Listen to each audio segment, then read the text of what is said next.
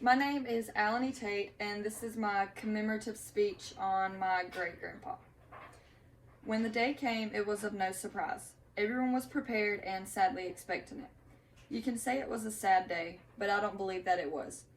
I feel it was a day to positively reflect on his life and the impact he made on the world and the people around him.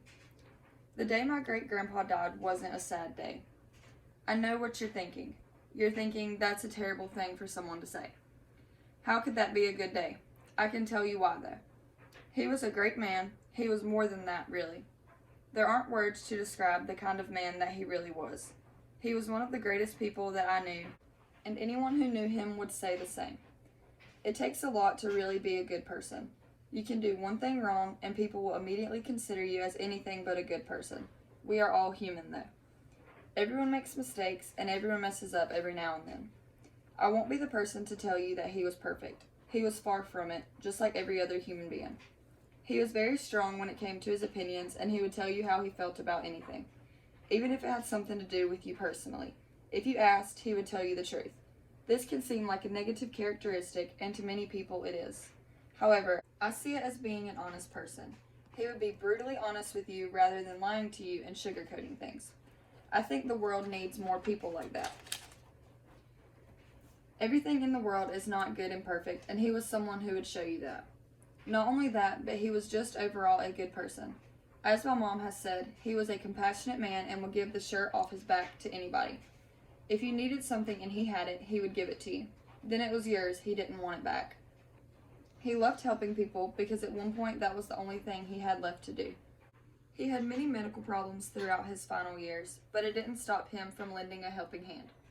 As a child, I watched him go from someone who did things with me and took me places all the time. I loved spending time with him. I watched him go from those things to lying in a bed with no ability to do anything with me anymore. As a child, that was one of the saddest things I ever had to experience. I didn't understand it, and it wasn't something that was easily able to be explained to me by my parents. However, as I got older, I understood more. A common saying people use is that bad things happen to good people. He lived a great life, though. He had so much to be proud of and so much to be thankful for. He passed away being able to know that he had left a positive impact on his family. I will say that his attitude changed a lot as he aged and laid in that bed longer and longer each day. Whose attitude wouldn't change, though? I wouldn't be happy like that.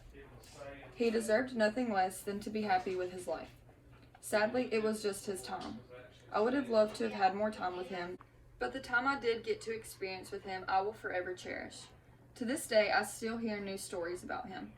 Like I said, him passing away allowed for positive reflection rather than sadness and depression. He didn't deserve to suffer every day like he had been doing for such a long time. He was more than just a great man. He was loved by his family and his friends. His memory will stay with us forever. He will always be an inspiration to me. He helped me grow as a person, helped me grow with how I live my life and how I treat other people. If I can be half the person that he was, I will have done something good with my life. I'm proud to call him my great-grandfather, just like the rest of his family was proud to have him. He made an impact on all of us, and that will live with us forever. My visual aid for my speech is a picture of me and my great-grandpa and my great-grandma. This was years before he passed away. I was really young in this picture. It was one Christmas. I think I was maybe 7 or 8. But I'm going to show a close-up of the picture after this. I just wanted to give a small description of what exactly the picture was.